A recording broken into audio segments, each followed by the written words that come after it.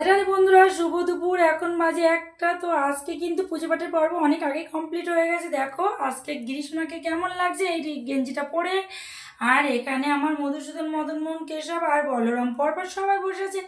তো সোনাদের কিন্তু একটা রেড কালারের ড্রেস পরিয়েছি, আর আমার গিরিশোনার একটা কেমন একটা ব্লু কালারের ড্রেস পরেছে আজকে। তো যেহেতু দেখো আজকের লুক এই, তোমরা সবাই দিব্য দর্শন করে নাও।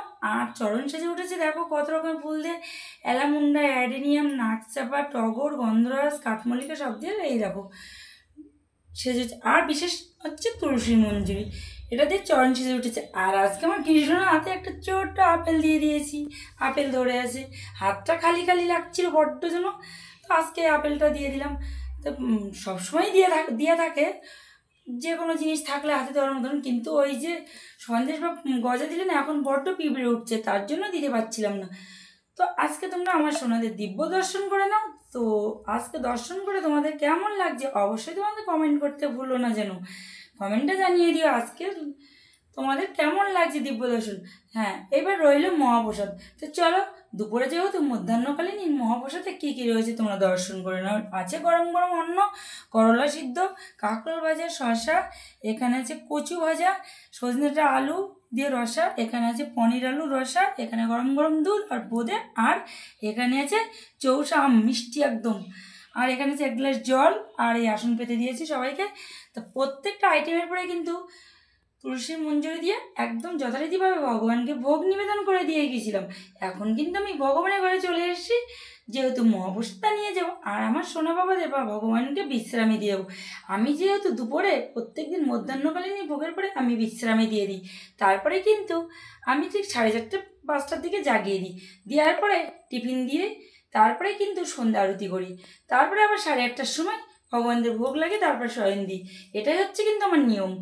তো কোনো কোনো দিন একটু তাড়াতাড়ি হয়ে যায়, কোনো কোনো দিন লেট হয়ে যায়, যেহেতু সংসার জীবন তোমরা তো বোঝোই, সবাইকে মন জুগিয়ে চলতে হয়। তো সবই তো বৃথা, ভগবানের কাজ যেটুকু করবো সেটাই হচ্ছে কাজের কাজ, আর যা করবো সবই বৃথা। তো যাই হোক, মানুষের তো মন জোগালে কোনো ব্যাপারই না, মানুষের মন জোগানো খুব বড় দায়ী।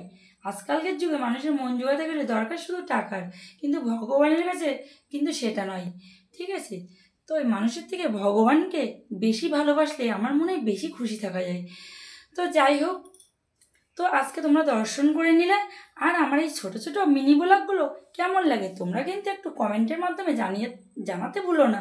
তোমরা অবশ্যই কিন্তু কমেন্টে জানি এই ছোটো ছোটো মিনি ব্লগগুলো তোমাদের কেমন লাগে।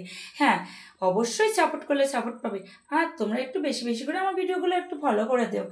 আর আমি একটু পরেই চলে আসছি লাইভে, তো তোমরাও জয়েন্ট হয়ে যাও লাইভে ঝটপট করে। তো দেখো, এখন চলো সবাইকে আমি এখন একটু প্রসাদ দিয়ে দেবো মুখে, তারপরে শয়নে দেবো একটা একটা।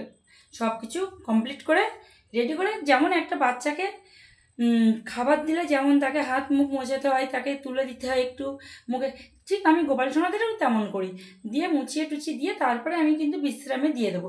তো আমার ওদিকে বিছানাও কিন্তু রেডি হয়ে গেছে। তো চলো এখন আমি সোনা বাবাদের সব কিছু রেডি করে বিশ্রামে দিয়ে দেবো। তো বন্ধুরা, ভিডিওটি অবশ্যই ভালো লাগলে লাইক শেয়ার কমেন্ট করতে কিন্তু ভুলো না। ঠিক আছে, তো ভিডিওটি আজকে আমি এখানেই রাখছি, দেখা হচ্ছে তোমাদের সাথে নেক্সট ভিডিওতে। ততক্ষণে তোমরা এই ভিডিওটি দেখতে থাকো, আর ভালো থাকো, সুস্থ থাকো। চলো, রাধে রাধে।